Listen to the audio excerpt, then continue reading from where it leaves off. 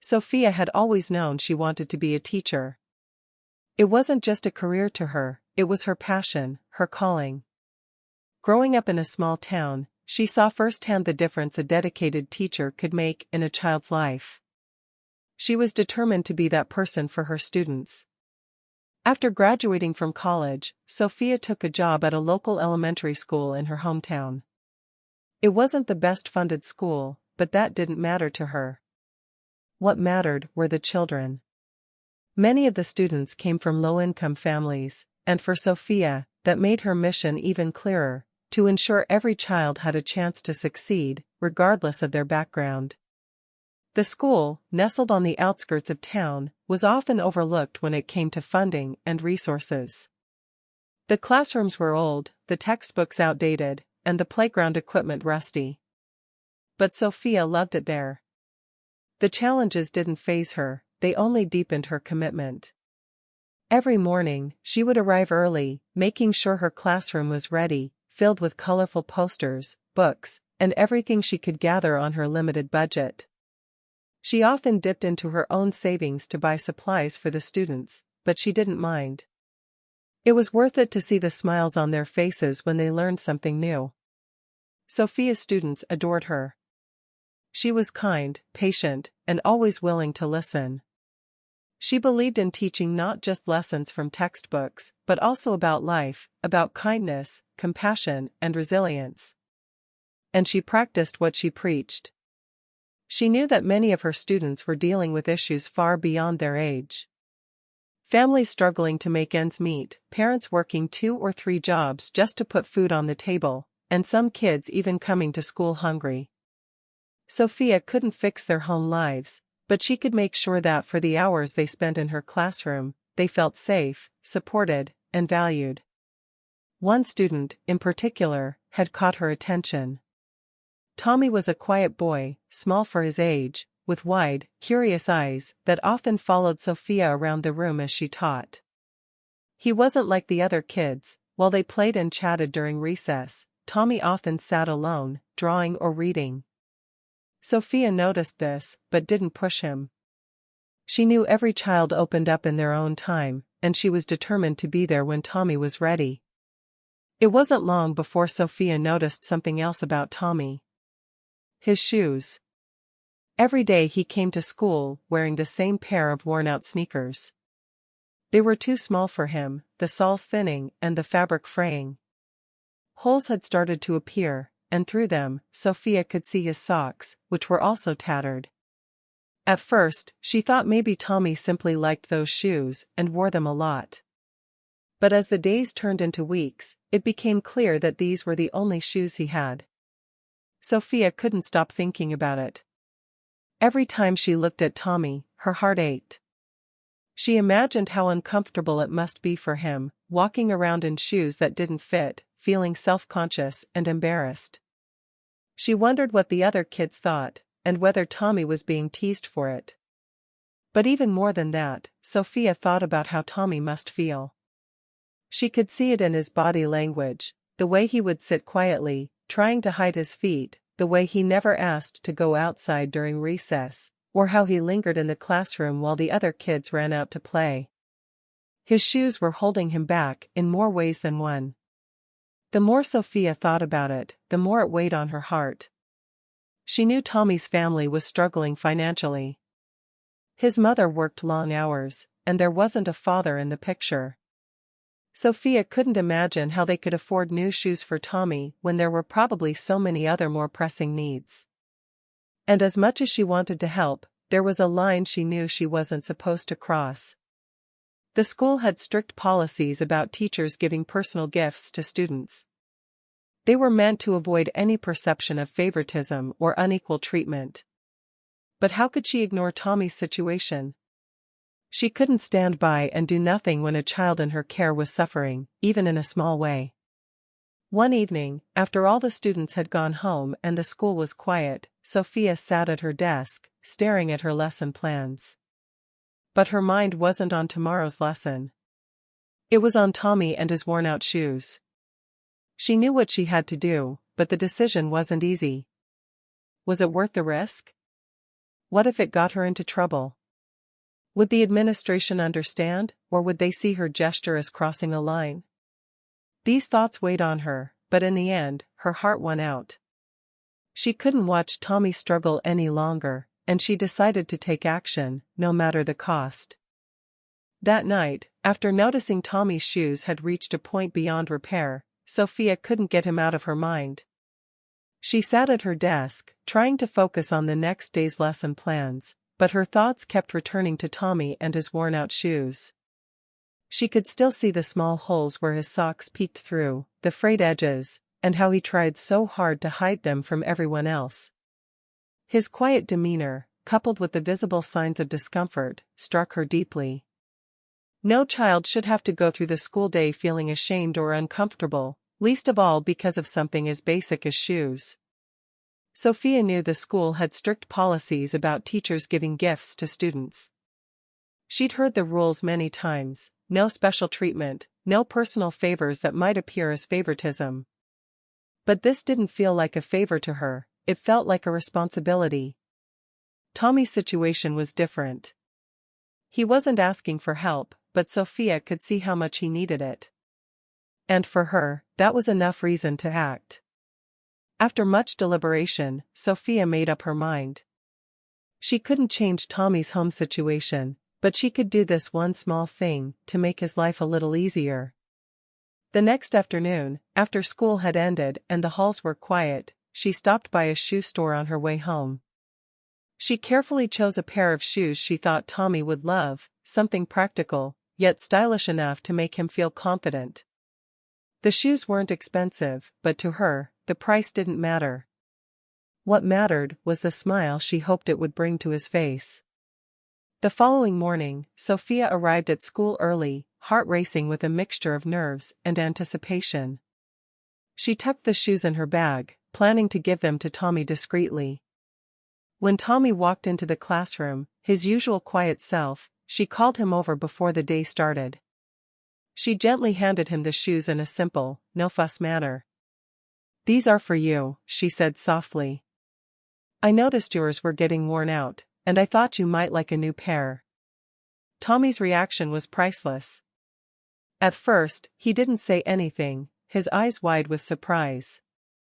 He glanced down at the shoes in his hands, then back at Sophia, his expression a mixture of shock and gratitude. "Thank you," he whispered, barely able to get the words out. Sophia smiled warmly, giving him a reassuring nod. She didn't want to make a big deal out of it. For her, it wasn't about recognition or praise, it was simply about helping. For the rest of the day, Tommy was different. He moved with more confidence, and for the first time in a long while, he smiled. It was a small change, but to Sophia, it meant the world. She had done something to make a difference in Tommy's life, even if only in a small way. Little did she know, this act of kindness would soon set off a chain of events that would change her own life forever. A few days after giving Tommy the new shoes, Sophia was called into the principal's office. It was a routine she knew well, but this time, there was a different atmosphere as she walked through the quiet school hallways. The usual rhythm of her day, greeting students, planning lessons, and handling the typical chaos of a classroom, was replaced by a growing sense of unease. As she approached the office door, Sophia couldn't shake the feeling that something was wrong. Mr. Davidson, the school's principal, sat behind his desk, his expression unusually serious. Sophia had known him for years, and while he was a stickler for rules, he had always been fair and approachable. Today, though, there was a tension in the room that she couldn't ignore. "Sophia, please sit down," Mr. Davidson said, gesturing to the chair in front of him. His tone was formal, lacking the warmth she had grown accustomed to in their interactions. Confused, but trying to remain calm, Sophia sat down.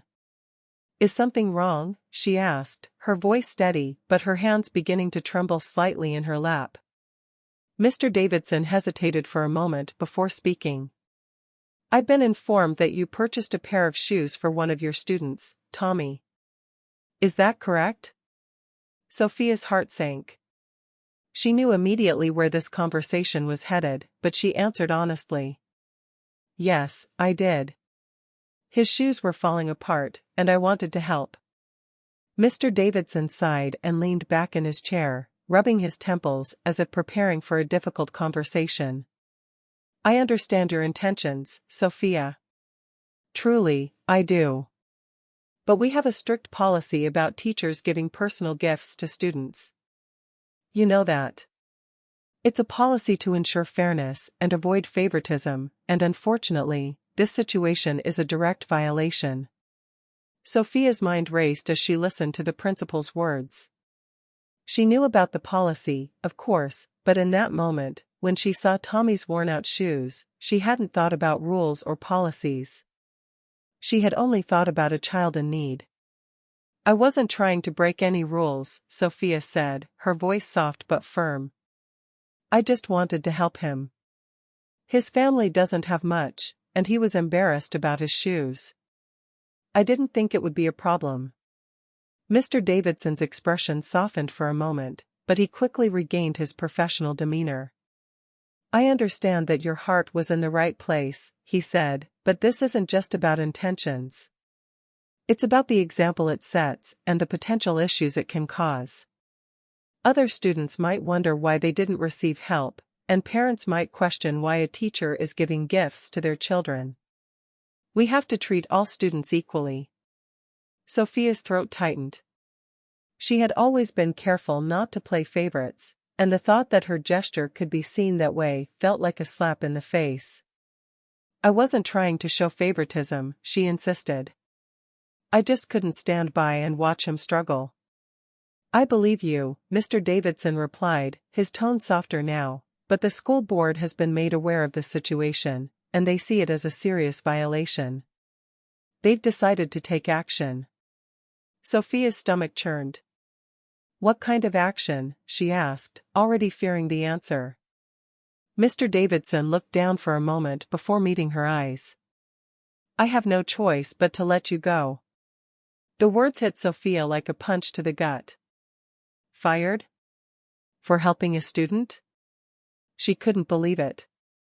For a moment, she sat in stunned silence, trying to process what she had just heard. She had always given her best to the school and to her students, going above and beyond to ensure they had what they needed, even when resources were scarce. And now, because of one small act of kindness, it was all being taken away.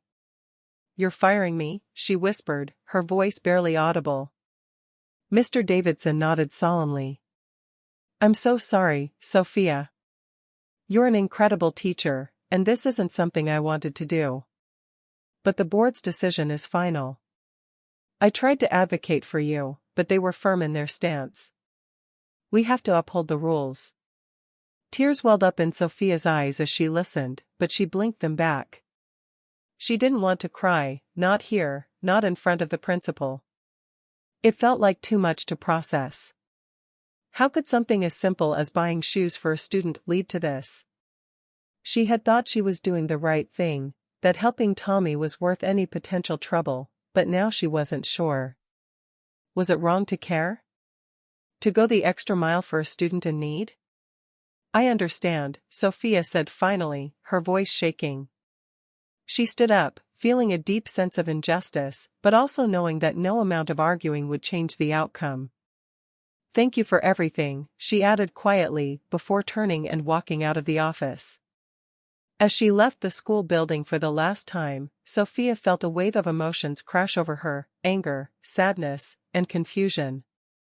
She had lost not only her job, but a piece of herself. Teaching wasn't just what she did, it was who she was. And now, with one simple decision, it was all gone. The days following Sophia's firing were a blur of confusion, sadness, and doubt. She had always considered teaching to be more than a job, it was her identity. For years, she had poured her heart into her classroom, going beyond the call of duty to ensure her students felt cared for and supported. Now, all of that was gone, taken away because of a single act of kindness. She couldn't stop replaying the conversation with Mr. Davidson in her head. Fired, for buying shoes. It felt so surreal. What had seemed like a simple, compassionate decision had ended her career. Each morning, Sophia would wake up and feel the emptiness where her purpose once was. The quiet of her apartment was suffocating. No longer did she have the rush of getting ready for school, the excitement of seeing her students, or the fulfillment of guiding them through their lessons. She missed them, their laughter, their energy, even their challenges. But most of all, she missed the sense of being needed. Without the routine of teaching, her days stretched endlessly, and the uncertainty about her future weighed heavily on her mind. What would she do now? She had always imagined spending her entire career in the classroom, but that vision had been abruptly shattered. Her hands itched to grade papers, to write lesson plans, to greet her students every morning with a smile. But instead, she sat alone in her apartment, feeling a deep sense of loss. She tried to busy herself with small tasks, cleaning, running errands, reading, but nothing could distract her from the hole in her life. The injustice of it all gnawed at her. Was it truly wrong to help someone in need? She kept thinking about Tommy, about how happy he had been when she gave him the new shoes. That brief moment of joy was now tangled in regret. Was there something she could have done differently? One afternoon, a few days after her dismissal, as Sophia was absent-mindedly scrolling through job listings on her laptop, her phone rang. She didn't recognize the number. For a moment, she hesitated. Was it the school, calling to apologize, to say there had been a mistake? But she quickly dismissed that thought. She let the phone ring, assuming it was some automated call, but something in her gut made her pick it up at the last second. "Hello," she said, her voice cautious. "Is this Sophia?" a man's voice asked, calm and composed. "Yes, this is Sophia," she replied, still unsure of who was on the other end. "My name is Jonathan Reeves. You don't know me, but I've heard about what happened at your school," he said. Sophia's heart skipped a beat. How did this man know about her? She hadn't told many people about what happened, just a few close friends and family. "I'm sorry, how do you know about that?" she asked, confusion and curiosity creeping into her voice. "I run a foundation that supports educators and children in need," Jonathan explained. "A mutual acquaintance told me about your situation, how you bought shoes for one of your students and lost your job because of it. I wanted to reach out to you personally because I think what you did was remarkable." Sophia felt a wave of emotions, relief, surprise, and a flicker of hope. Someone outside the school had noticed. Someone cared. "Thank you," she said, her voice trembling slightly. "I'm still trying to process everything. It's been difficult." "I can imagine," Jonathan replied sympathetically. "It's not easy to lose something you've worked so hard for, especially when all you were doing was trying to help a child." "Exactly," Sophia said, grateful for his understanding. "I don't regret helping Tommy, but I never thought it would cost me my job." "That's why I'm calling," Jonathan said. "I believe in people like you, people who act with kindness and don't expect anything in return. That's why I'd like to offer you an opportunity, something that might help you continue doing what you love on an even larger scale." Sophia's breath caught in her throat. "An opportunity?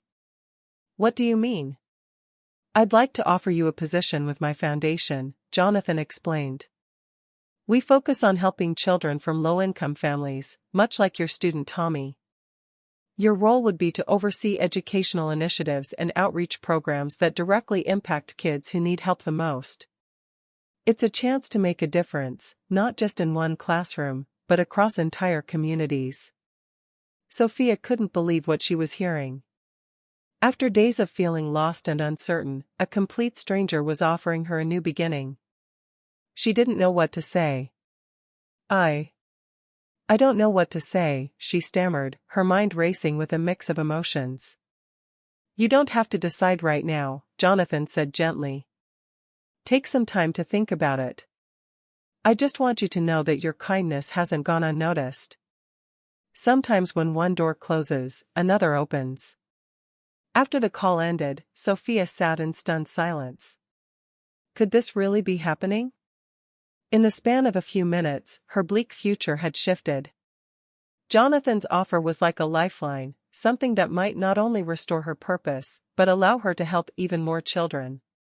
For the first time in days, Sophia felt a glimmer of hope. In the days following Jonathan Reeves' unexpected phone call, Sophia couldn't stop thinking about his offer. It seemed too good to be true. A complete stranger had reached out to her with an opportunity to not only continue her work with children, but to do so on a much larger scale. She found herself pacing her small apartment, replaying their conversation in her mind. The excitement she had felt during the call was beginning to fade, replaced by uncertainty and doubt. Could she really walk away from teaching? After all, teaching had been her life for so many years. She had imagined herself in the classroom for decades, watching generations of children grow and learn. It wasn't just about the curriculum, it was about the personal connections, the joy of seeing a student finally grasp a difficult concept, the quiet satisfaction of knowing she was making a difference in their lives. Could working for a foundation, no matter how noble, ever truly replace that? Sophia's mind was clouded with questions. On paper, the offer seemed perfect. She could help children on a larger scale, using her passion for education to reach those who needed it most. But there was something about leaving behind the personal, day-to-day connections with her students that made her hesitate. In her classroom, she had been able to look into the eyes of her students, see their struggles and triumphs firsthand. Would she feel the same connection in a different role, one that involved overseeing programs rather than working directly with children? In an attempt to clear her head, Sophia decided to visit Tommy's neighborhood. She hadn't seen him since the day she was fired, and she couldn't stop thinking about how he was doing.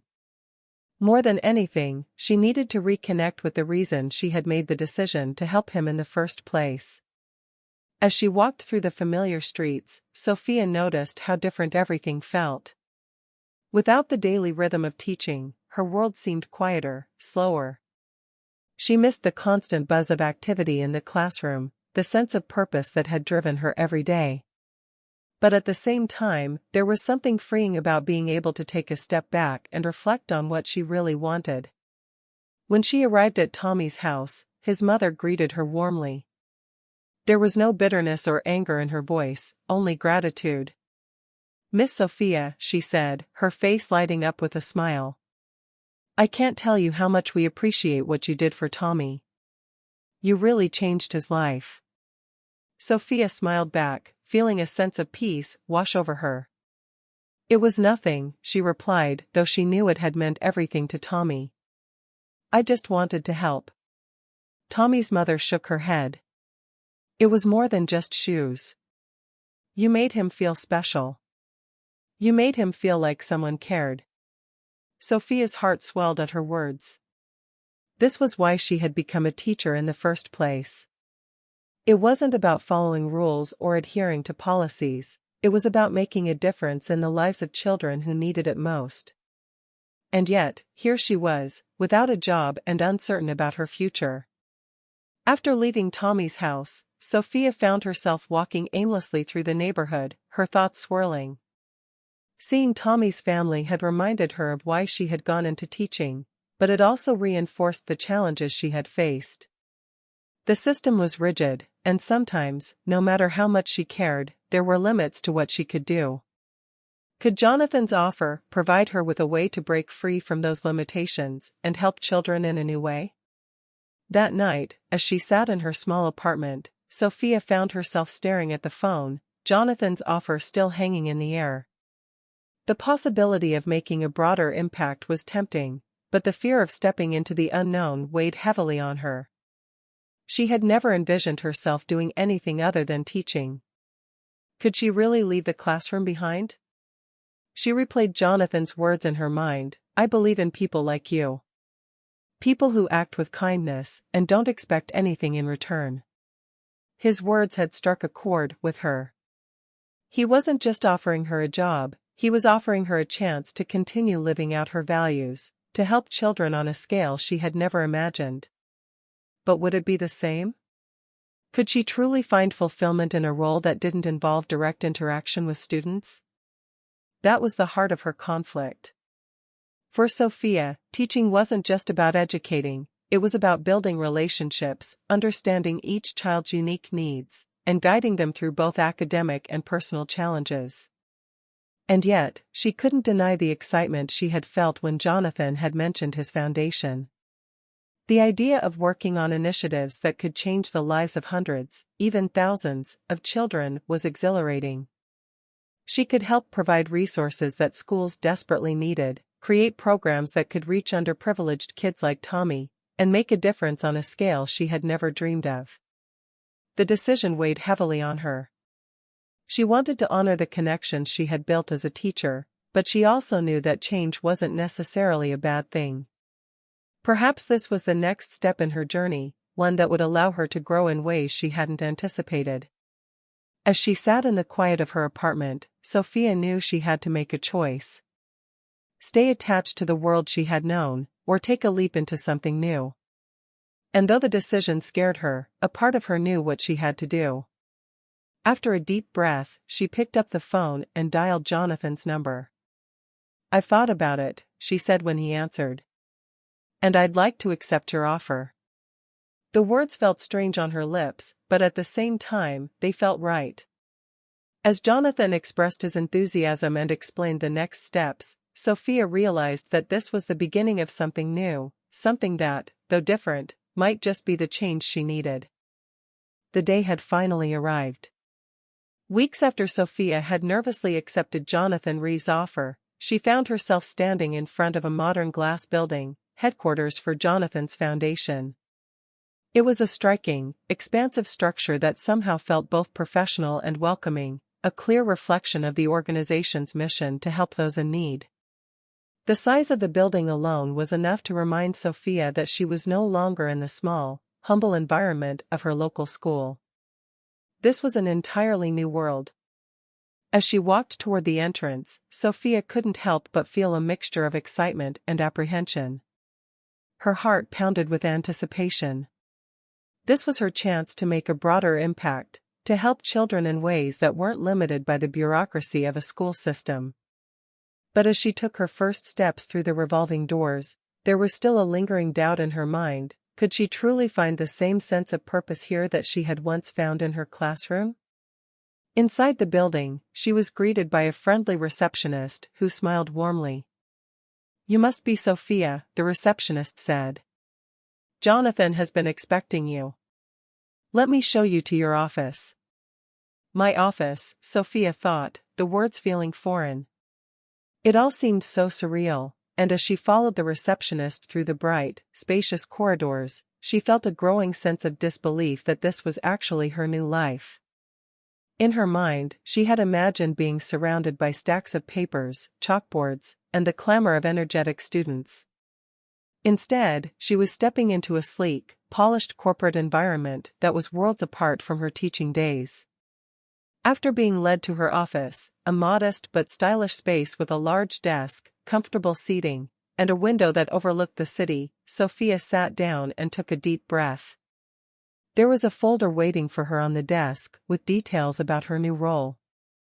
The title on the folder read, Director of Educational Initiatives. It was a weighty title, one that carried more responsibility than anything she had ever experienced before. Not long after she had settled in, Jonathan himself arrived to welcome her. His presence was as warm and reassuring as it had been over the phone. Dressed in a sharp suit, his demeanor remained casual, his smile kind and genuine. "Sophia, I'm so glad you're here," he said, extending his hand. "We have a lot of exciting things ahead of us." Sophia smiled back, trying to push aside the nerves that still fluttered in her chest. "Thank you for this opportunity. I'm excited but, to be honest, a little overwhelmed," she admitted. Jonathan nodded, understanding in his eyes. "It's natural to feel that way," he said. "You've spent years in the classroom, and I imagine this feels like a whole new world. But the passion you have for helping children, that's why you're here. You'll see." Soon, this place will feel like home. He spent the next few hours showing her around the building, introducing her to her new team. These were people who, like Sophia, were dedicated to helping children, but from a more administrative and strategic standpoint. There were program managers, outreach coordinators, grant writers, and education policy specialists. Each person had a unique role, and as Sophia listened to their stories, she began to realize just how wide-reaching the Foundation's impact was. Unlike in her classroom, where she could only help a handful of students at a time, this organization was affecting thousands of children across the country. From scholarships to educational resources, from mental health support to after-school programs, the Foundation had its hands in numerous projects designed to give kids from disadvantaged backgrounds a better shot at success. Over the following weeks, Sophia threw herself into her new role. She learned quickly that the work here was different from teaching, but equally as demanding and fulfilling in its own way. Instead of lesson plans, she was developing large-scale educational initiatives. Instead of grading papers, she was coordinating with schools and communities to ensure resources were distributed where they were needed most. She was no longer the sole figure responsible for the well-being of individual students, but rather a key player in a much larger system designed to support children on a grand scale. One of her first major projects involved expanding access to educational materials in rural areas where schools were underfunded and understaffed. Sophia was tasked with creating a program that would deliver not only books and learning tools but also support for teachers who, much like her former self, were struggling to provide for their students with minimal resources. The more she delved into this work, the more she felt connected to her past. She knew what it was like to feel overwhelmed by the lack of resources, and now she had the power to do something about it on a much larger scale. But as fulfilling as the work was, there were moments when Sophia still missed her classroom. She missed the day-to-day interactions with her students, the little victories that came with seeing them learn something new.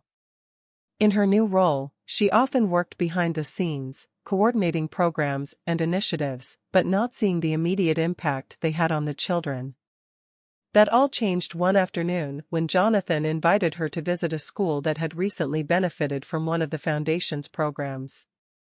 It was a small, rural school that had received a significant grant to improve its facilities and resources. As Sophia walked through the familiar chaos of children running through the hallways and the buzz of classroom activity, she felt a sense of nostalgia wash over her. But it was when she spoke to the teachers and saw the smiles on the students' faces that she truly understood the scope of what she was doing. This wasn't just about paperwork or meetings, it was about making real change, about giving children the tools and opportunities they deserved.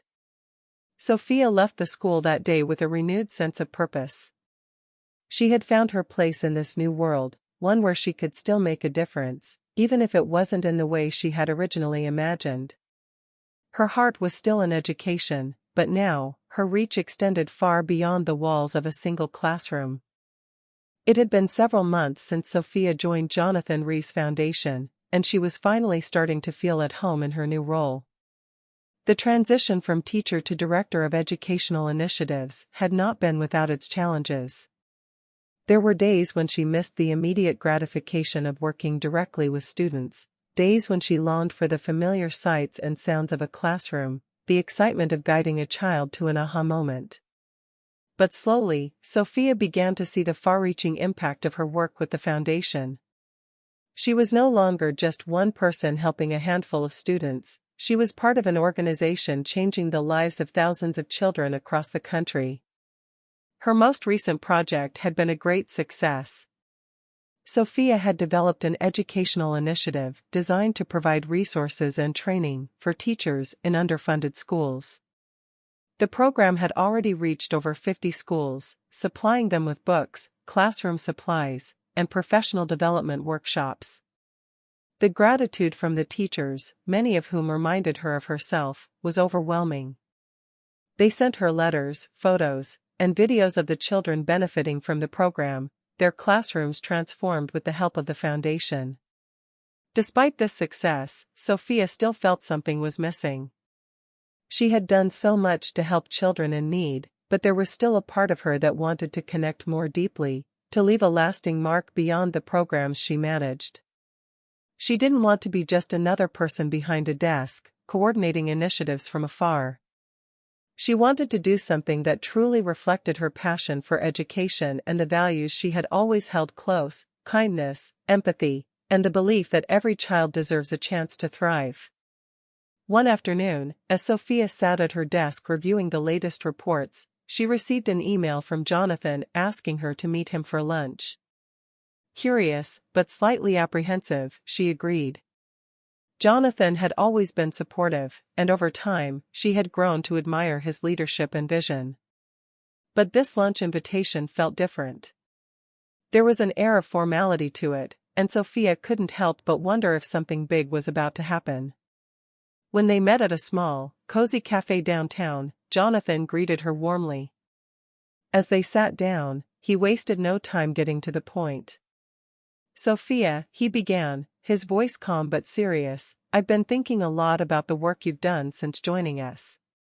You've made a tremendous impact, and I've been nothing but impressed with your dedication and the success of the programs you've overseen." Sophia smiled, a bit surprised by his praise. "Thank you, Jonathan. I've learned so much here, and I'm grateful for the opportunity to contribute." Jonathan leaned forward slightly, his expression thoughtful. "I know you've done great work with our existing programs, but I've been thinking about something more, something that truly reflects who you are and the incredible compassion you've shown." Sophia tilted her head, intrigued. "What do you mean?" "I want to start a new program," Jonathan said, a smile spreading across his face. "And I want to name it after you." Sophia blinked, caught off guard. "A program in my name?" "Yes," Jonathan continued, his enthusiasm growing. "I want to create a scholarship fund, one that not only provides financial support but also helps with basic needs, like clothing, shoes, school supplies. It would be for children in need, much like Tommy, the boy you helped before all of this started. I wanted to reflect your kindness, your heart, and your dedication to making a difference in the lives of children." For a moment, Sophia was speechless. The idea of a program bearing her name, carrying on the spirit of what she had always tried to embody as a teacher, was overwhelming. She had never imagined that something like this could happen, that her small act of kindness toward Tommy could lead to something so significant. "I don't know what to say," she finally whispered, her voice thick with emotion. This is beyond anything I ever expected." Jonathan smiled warmly. "You deserve it, Sophia. The work you've done, the way you care for children, it's something rare. This program will help children who need it most, and it will carry your name, ensuring that your legacy of kindness lives on." Tears welled up in Sophia's eyes as she absorbed his words. This was more than just a program, it was a continuation of the values she had always held close. It was a way to make a lasting difference, not just through the foundation, but through something that represented her own journey, her own belief in the power of kindness. "Jonathan," she said softly, "I can't even begin to express how much this means to me. I've always wanted to help children, but I never imagined it would happen like this. Thank you, truly." Jonathan reached across the table, giving her hand a reassuring squeeze. "You've earned this, Sophia. And I know this is just the beginning. The Sophia's Heart Fund will change lives, just like you've been doing all along." In the weeks that followed, plans for the Sophia's Heart Fund quickly came to life. The scholarship program was designed to provide not only financial support for education but also to address the basic needs that often went overlooked: new shoes, warm clothing, and school supplies for children from low-income families. Jonathan's foundation partnered with schools across the country to identify students who would benefit most, focusing on those who, like Tommy, were struggling with more than just academics. The launch event for the program was a small but heartfelt gathering. As Sophia stood at the podium, looking out at the faces of the children and families who would benefit from the fund, she felt a profound sense of fulfillment. This was her chance to give back in a way she had never imagined, to help children on a scale far beyond her old classroom. In that moment, Sophia knew that everything she had gone through, the loss of her teaching job, the uncertainty of her future, had led her here. She had found her new purpose, and with the Sophia's Heart Fund, she could continue making a difference, ensuring that kindness and compassion would always be at the heart of her work.